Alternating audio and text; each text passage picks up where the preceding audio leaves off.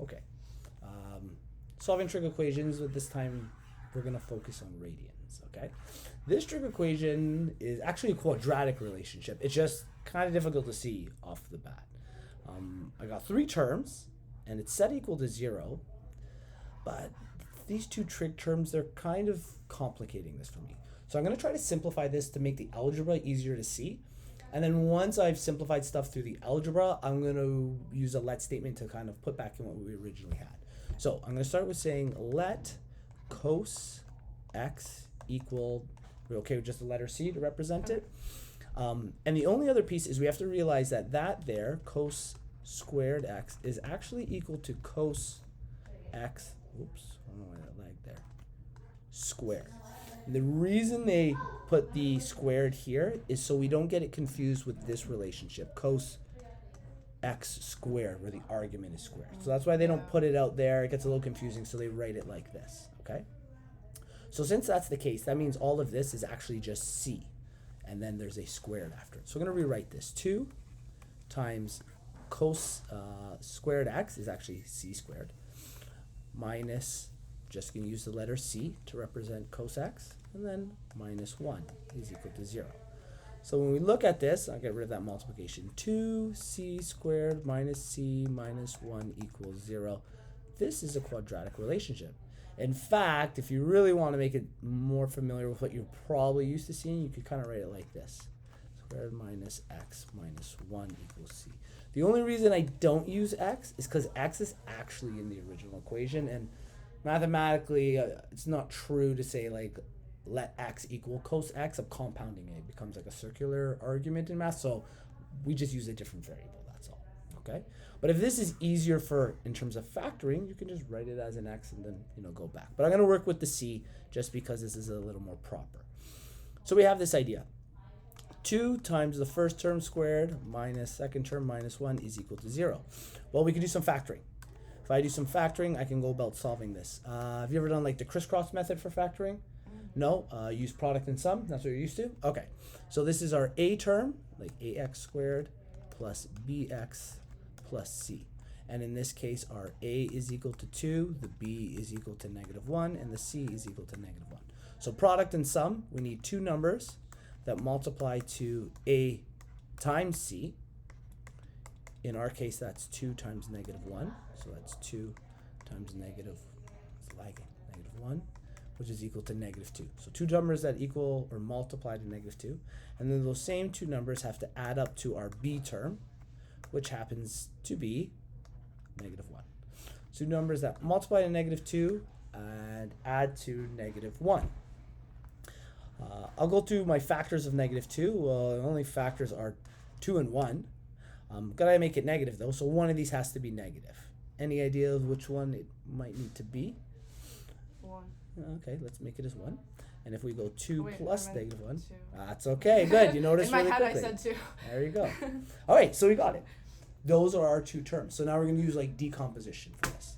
So we write down our 2c squared minus c minus 1 equals to 0. We're going to decompose b. Okay, we split this up, and it now becomes 2c squared. That part stays the same. But this negative c is now going to be written as these two. Negative 2c plus 1c.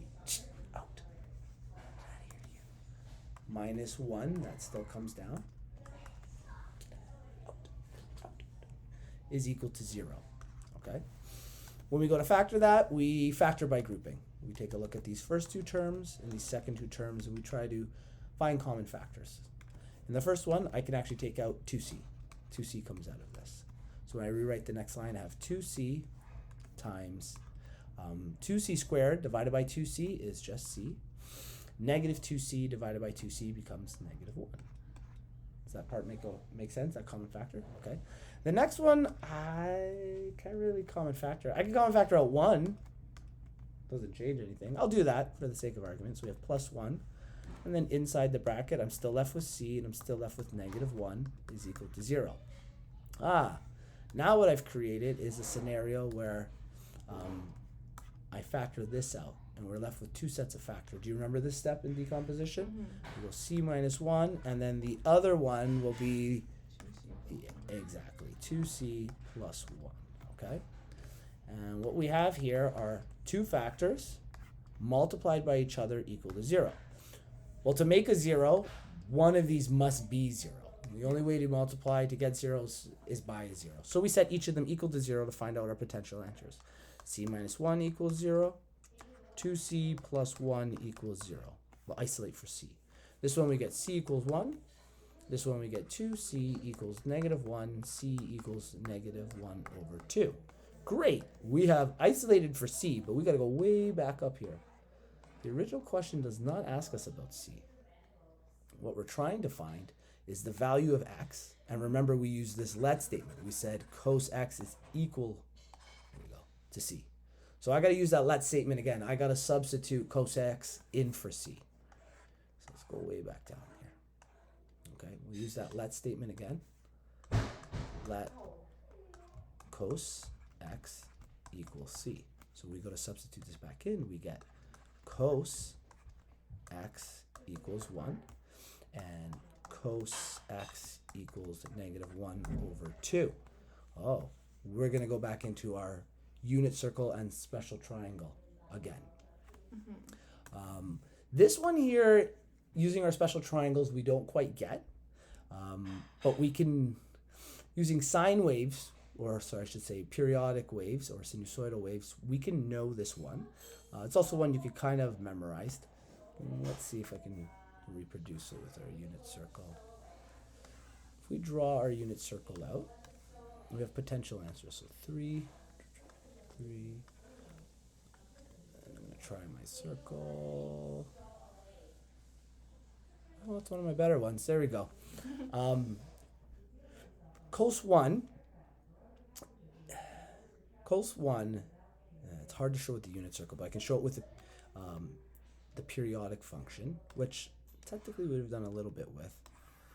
If you remember the parent function for cos, that's what cos x is. It starts at 1, and then it goes down to 0, then down to negative 1, and then back up to 0 again. It has this pattern to it. Okay?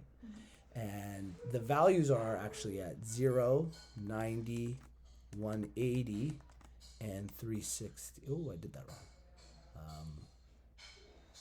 Oh, that's why. It never came back up. That's got to come back up. 270 and 360. Okay? So in other words, if I were to draw a line at y equals 1, across here I have 2 points. Those 2 points happen to be 0 and 360 degrees. Those are both technically answers to this, 0 and 360. Now in our question, we're dealing with radians. So we have 0 radians, but 360 as a radian is a little different. It's actually 2 pi, okay? And if you needed to convert to radians, what you could do is you do 360 times pi over 180. And when you work it out, you get 360 pi over 180. And once you reduce these values, you end up at 2 pi, okay? So those are 2 answers. So I'm going to write those in already. It turns out that cos 0 is equal to 1 and cos 360 is equal to 1. I'm going to write them in radians too. Cos 0 equals 1 and cos 2 pi is equal to 1. So we have, for x values, we have 0 and 2 pi is 2 potential answers. That's only this one. We still have to do this one over here. I'm going to tell them about that. Our other version here, sorry, I'm going to tell them to turn that on. Hey.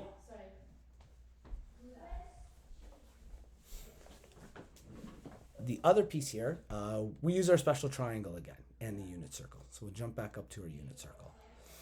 We're looking at cos. So if you remember our cast system, we have C, A, S, T. And we're looking for when cos is a negative value, okay? Remember, all things are positive here, so it's definitely not in this quadrant. Cos is positive here, so it's definitely not this quadrant. So we're looking for cos in these 2 quadrants. That's when cos will happen to be negative, okay? We have 1/2. We have to find this 1/2 scenario using our special triangles. So I'm going to build some special triangles over here and see if we can figure out which special triangle will help us. I'm going to quickly jump through this part. We get 1 root 2, and the angle here is pi over 4, which is 45 degrees. This one is 90, which is pi over 2. And this one, this is 90, or pi over 2. And we get the scenario of pi over 6, that's 30 degrees, which means the opposite side is 1. This one here is pi over 3, which is, oh, I wrote that wrong. Whoops. 90 divided by 3 should be 30. 90 divided, oh no, 180 divided by 3. Oh, that's right. I'm sorry, I wrote that right. I got confused. This side is root 3, and this side is 2. We need to find a scenario where we got, I'll highlight it here, cos x is equal to a ratio of 1 over 2. So if you remember cos is adjacent over hypotenuse. So we're going to go back up to those special triangles. And I'm looking for where I have a hypotenuse of the number 2. Now this one looks like it could be number 2. But it's actually root 2. We're going to be working with this. And if we look at it, 1 and 2, okay, I have the numbers 1 and 2. I just got to figure out where cos falls in this relationship. Cos is adjacent over hypotenuse. Well, adjacent to 1 is this pi over 3. So this is the angle we're looking with. This is the adjacent, and that is a hypotenuse. So cos pi over 3 is equal to 1 over 2. This is also cos 60 degrees, okay, just so that we know. So we can think of it as 60 degrees. In radians, it's pi over 3. We'll have to write it as that way, pi over 3. We go back down to the unit circle, we get 60 degrees, okay? But we already know that this can't be the quadrant. So what we're going to do is we're going to draw all of our 60 degrees. That was not very well drawn. 60 degrees, 60 degrees, okay? And we're going to take away the ones that are no good. We know this quadrant's no good, this quadrant's no good. So this is where we're looking to do. And we need to start with our terminal arm here. We have to figure out how far to here. And then we have to figure out how far to here. So these are 2 points, okay? If we're doing degrees, we know from here it's 180 minus 60. This gives you 120 degrees. And then you can convert. Or we know 60 degrees is pi over 3. I know that all the way here, instead of 80, that's actually pi over 2. I can subtract those values. I get a common denominator, I can solve this. So if I get a common denominator, I change the denominator to 6. That will give me 3 pi over 6 subtracted by 2 pi over 6. When I actually do my fraction subtraction, I'll end up with 3 pi over 6 gives me 1 pi. That doesn't make sense, what I just did. 2 pi, subtract 3 pi. Oh, I know the error here. This is not 180 degrees. 180 degrees is pi, not pi over 2. It's my fault, sorry about that. Which means this becomes 6. There we go, this makes a lot more sense. 6 pi over 6, which gives us 4 pi over 6, which is 2 pi over 3. If you just convert 120, you'll end up getting this value. You can either do either of these to solve it. So one of the solutions is 2 pi over 3. Then we have to go all the way around to here. Well, we can do the opposite of subtraction. We can just add that value of 60 degrees. So we know we start at 180 here, and we're going 60 more degrees. So 180 plus 60 will give us 240 degrees. And then I can just convert if I want. Or I do the exact same thing, except I'm adding. So I go pi plus pi over 3. That's pi over 6 plus 2 pi over 6. Gives me 8 pi over 6. And if you reduce that, you get 4 pi over 3. Those are your other 2 potential answers.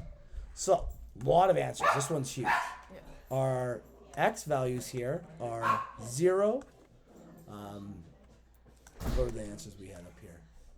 4 pi over 3. Oh, I lost my other one.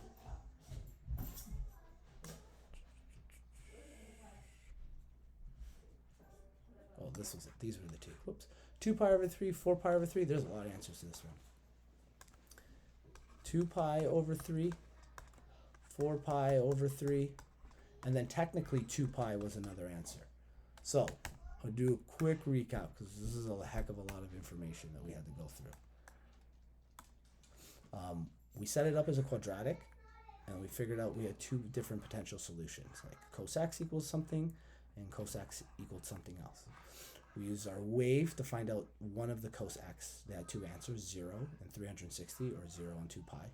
Then we used the other one, we had to use special triangles to find out there's also two other solutions there, which were 2 pi over 3 and 4 pi over 3.